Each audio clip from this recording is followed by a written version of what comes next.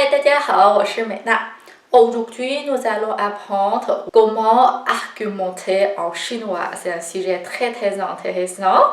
C'était une question d'Elad qui m'a posée par mail. Donc, si vous avez des questions ou des commentaires, n'hésitez pas de m'envoyer dans les commentaires ou par mail. Ok? Pourquoi argumenter? C'est la question que je me pose souvent en France. Pourquoi? Parce que les Français, je ne sais pas dans les autres pays francophones, façon en France, on argumente tout. J'ai l'impression qu'on réfléchit un peu trop. En français ou en France, on pose souvent des questions fermées. Par exemple, en ce moment, c'est la fête internationale des femmes.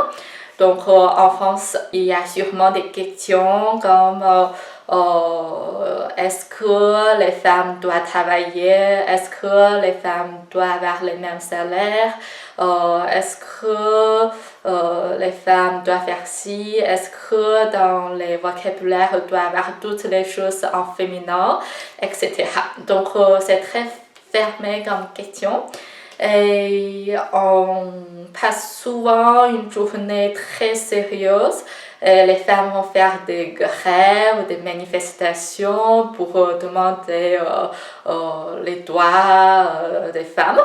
Et du coup, c'est une journée pour moi, en France, je ne passe pas vraiment une journée agréable. Mais en Chine, par exemple, on ne pose pas ce genre de questions. Mais on pose des questions, avec une autre manière. Par exemple, comment profiter cette journée de femmes? Par exemple, dans les entreprises, on a une journée de congé pour les femmes. On a des activités collectives pour les femmes, etc. Et puis, dans la rue, il y a beaucoup de vendeurs qui vendent des fleurs pour les femmes. Et du coup, ça devient une fête agréable. Et on ne pose pas trop de questions, on ne argumente pas pour les droits de femmes, on les a.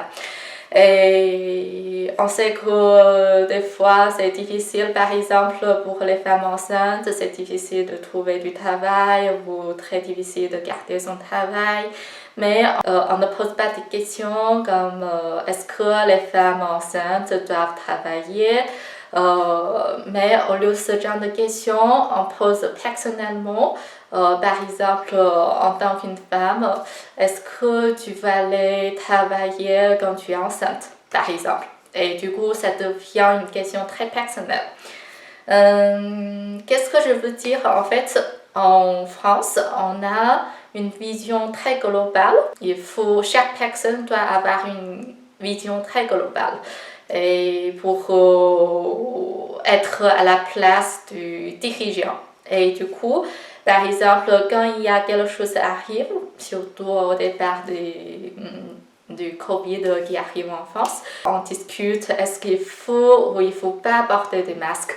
Et pour nous, en Chine, les Chinois, même les Chinois à l'étranger, on est conscient c'est obligé de porter un masque. Le vaccin, si c'est bien, c'est pas bien. Il faut toujours argumenter pour dire oui ou non. Mais les Chinois ont conscience, je sais pas pourquoi il faut discuter. Et on sait que s'il y a un vaccin, il faut les avoir. Et puis après, on se pose des questions. Comment on peut avoir un vaccin? Et est-ce que c'est payant ou est-ce que c'est gratuit? Ce genre de questions, c'est très personnel. Quel genre de vaccin tu vas choisir? C'est très personnel. Voilà, ça c'est la culture. La culture est différente. Du coup, en chinois, si tu es en train d'apprendre le chinois, parce qu'il n'y a personne qui t'explique comment argumenter.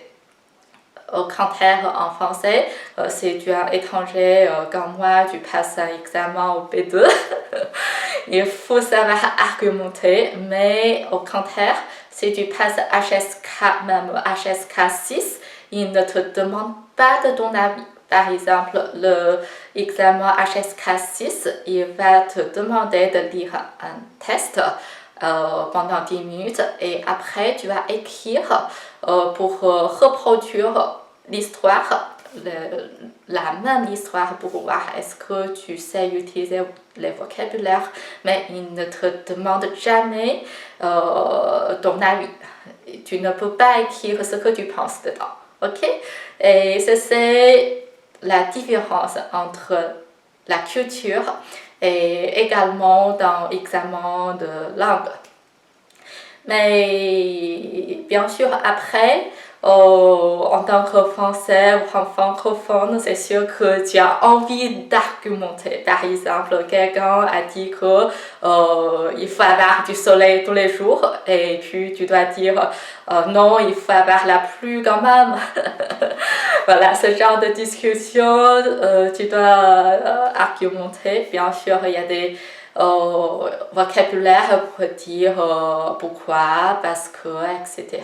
Voilà, donc maintenant je vais vous donner quelques vocabulaires pour vous dire comment poser ou comment répondre à une question argumentée. Dans quelle occasion on peut poser, on peut argumenter, c'est par exemple des choses personnelles, par exemple est-ce qu'il faut prendre le bus pour aller au travail? Assez personnel, mais on va changer la façon de poser la question. Est-ce que tu vas prendre le bus pour aller au travail? Ok? Ou tu vas prendre le bus ou prendre la voiture pour aller au travail? C'est une façon de poser la question. Et du coup, comme c'est très personnel, tu n'as aucun problème avec tous les autres. Et c'est toi qui vas répondre ce que tu penses, ce que tu ressens. Ok? Et dans ce cas, pour répondre, je vais vous donner quelques vocabulaires. Par exemple, si dans une phrase, tu as deux parties parce que quelque chose et donc je fais comme ça.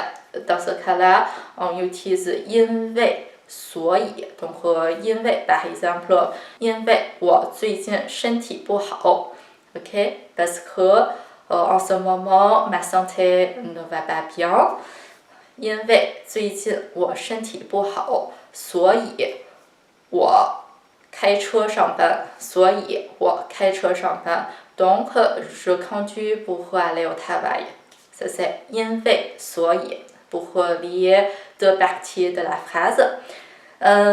C'est une raison pour quelque chose. C'est un argument. Il y a aussi notre genre de réponse. Par exemple, on utilise 虽然, 但是, ça veut dire néanmoins. 虽然, par exemple, 虽然开车很方便 même si je conduis, c'est facile, c'est convivial, 但是我还是会选择坐公交上班 mais je vais quand même choisir d'aller au travail en bus. C'est 虽然但是 c'est une autre façon de dire. On utilise 虽然但是 c'est un peu opposé de la situation, je fais l'autre. Ok? Même la condition est bonne, je fais quand même une autre manière, avec une autre manière. Ok?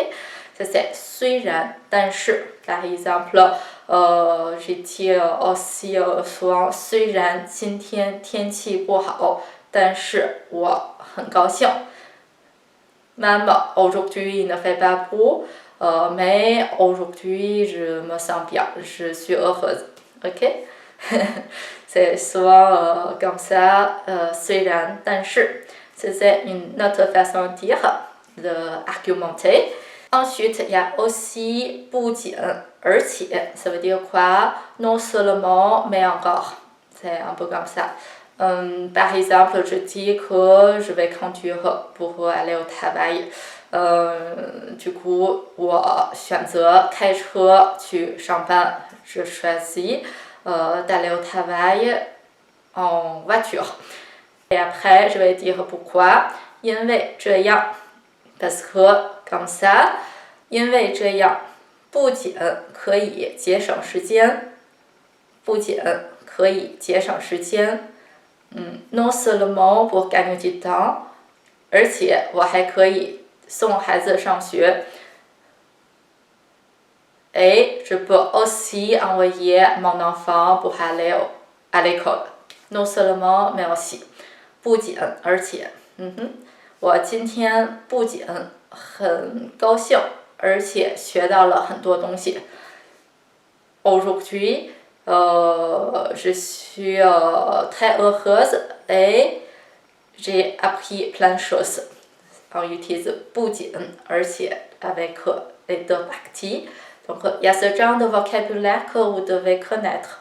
Et après, il y a aussi, on utilise si. Et donc, par exemple, si la météo est bonne, je vais prendre ma voiture. OK? 如果天气好的话 donc ici on utilise 如果天气好的话 je vais prendre ma voiture. 如果天气好的话，那么我会开车去上班。OK? Ici, je utilise 如果，那么 voyez, on utilise souvent deux mots pour lier les deux parties de la phrase. Ce sont les 4 façons pour argumenter ou de construire une grande phrase avec une logique. Ok? Et puis, tu peux aussi, par exemple, quelqu'un qui a parlé de son avis ou son point de vue, tu peux dire je suis d'accord, je ne suis pas d'accord. Ça, tu peux dire. Mais surtout avec un ami ou avec un collègue, tu peux dire 我同意, ça veut dire je suis d'accord. 我同意你的看法, ça veut dire je suis d'accord avec ton point de vue. 我同意你的看法 je suis d'accord avec ton point de vue. 我不同意你的看法 je ne suis pas d'accord avec ton point de vue. C'est 同意不同意 On a aussi 赞成反对赞成 ça veut dire 同意 et 反对 ça veut dire 不同意 donc je peux dire 我赞成你的看法 我赞成你的看法 je suis pour ton point de vue 我反对你的看法 je suis contre ton point de vue. Ok? C'est ces deux façons également pour dire je suis d'accord, je ne suis pas d'accord. Ok? Est-ce que tu es d'accord avec ma présentation? Est-ce que tu es d'accord avec mon point de vue? 你同意我的看法吗？Si tu as des questions ou des commentaires, n'hésite pas de me laisser dans les commentaires ou de me poser ou de discuter par mail à oser.chinois@gmail.com. Si tu aimes cette vidéo, n'oublie pas de me donner un j'aime et merci de t'abonner et n'oublie pas la petite cloche pour te tenir au courant de mes prochaines vidéos. Sur ce, je te dis à très bientôt. 再见，拜拜。